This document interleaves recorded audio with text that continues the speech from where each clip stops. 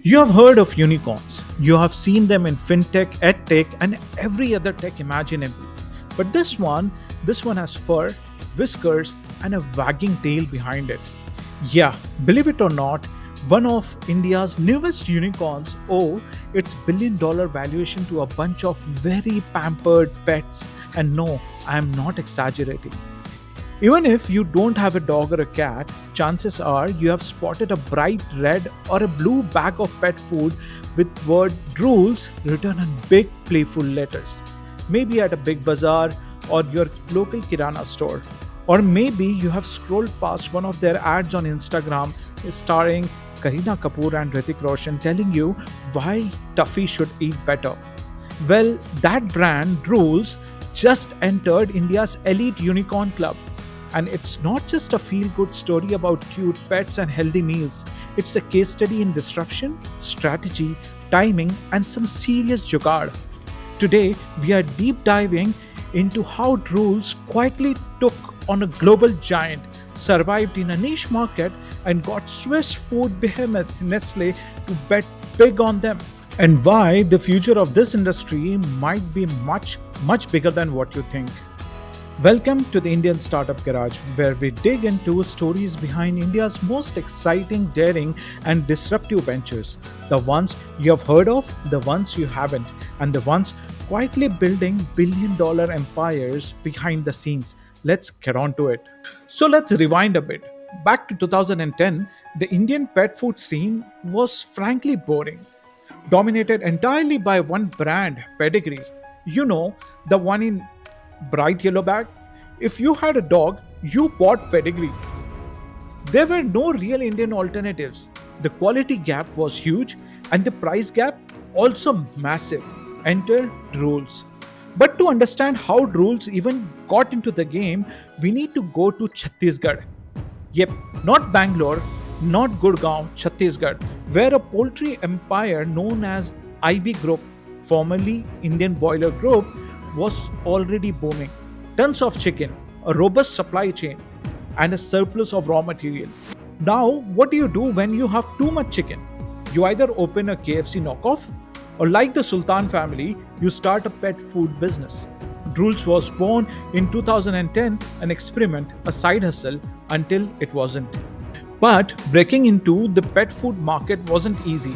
It's not like there was some vacuum waiting to be filled. Pedigree had the trust of vets, strong retail muscle, and more importantly, habit. People don't change brands easily, especially when it comes to their pets. So, how did Drools manage it? Two things, price and timing. Pedigree started hiking prices. Inflation, cost of imports, whatever the reason, their 10 kg bag kept getting costlier. Meanwhile, Drools came in significantly cheaper, sometimes by rupees 500 to 800 rupees for the same quantity. And they didn't just undercut Pedigree, they gave the food a completely different taste profile. Sounds trivial, not when you're a dog owner. If your dog suddenly gobbles up Drools and ignores Pedigree, well, you have to switch. And that's exactly what happened. Now, here's where the story gets even more desi. Drools didn't have deep pockets for mass advertising back then. So they did what every smart Indian business does, tap into the grassroots. They started putting up signatures at veterinary clinics and local stores. If you walked into a shop asking for dog food, they made sure the first thing you saw was a Drools board. This guerrilla style brand visibility helped build trust. And as word spread, along with the competitive pricing, Drools slowly but surely started eating into Pedigree's market share. By 2018, Drools had grown so much they split off from the IP group and became their own company, Drools Pet Food Private Limited. But here's where the game really changed. In 2023, Drools bagged a $60 million funding round from El Caterton, the same private equity firm backed by Louis Vuitton's parent company. Yep, the makers of luxury handbags now had skin in the Indian pet food game. That funding wasn't just symbolic, it gave Drools the money to expand internationally, invest in new machines, and start roping in celebrities like Hrithik Roshan and Kareena for their ads. Boom, the brand exploded. They were exporting to over 22 countries, They launched new sub brands like Pure Pet, Meetup, and Canine Creek. They built on their vet partnerships. They offered more variety, vet food, breed specific kibble, snacks, and even prescription based formulas. In short, Drools went from scrappy startup to a legitimate challenger to Mars Inc., the American giant behind Pedigree, Whiskas, Royal Canin, and more. And then came the knockout punch, Nestle. Last month, Nestle SA, the global food giant, picked up a minority stake in Drools, giving it the unicorn stamp. That's a $1 billion valuation with backing from one of the biggest names in the business. But why is Nestle interested in Drools? Simple. They have been trying to enter the Indian pet food market for a while. They already own Purina, brands like Supercoat and Friskies globally. But in India, it couldn't get much traction. Drools, on the other hand, is already established with supply chains, brand recognition, and scale. Nestle's move says one thing loud and clear: India's pet food market is heating up. Let's zoom out for a second. India has 32 million pets, but guess how many eat commercial pet food? Only 8%. That's insane. Most Indians still feed their pets home cooked meals: roti, rice, chicken, and maybe some milk. Pet food is seen as luxury. But that perception is changing, especially post COVID. More urban Indians are treating pets like family.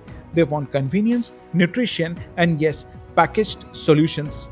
The market, currently valued at around $550 million, is projected to triple by 2033. That's $1.7 billion worth of opportunity. Naturally, everyone wants a bite. Godrej launched their own dog food brand Ninja, focused on gut health. Imami picked up a stake in natural Ayurvedic pet food startup. Mankind Pharma has one too, called PetStar.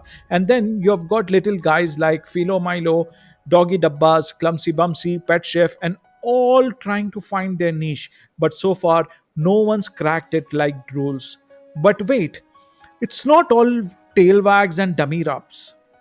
There are cracks in the kibble. If you check online reviews, you'll see a lot of pet parents complaining about taste, about smell, about digestive issues. There are concerns about low quality fillers. In fact, vets say that cheaper pet food often sacrifices nutrition just to cut costs. And that's Drool's biggest risk.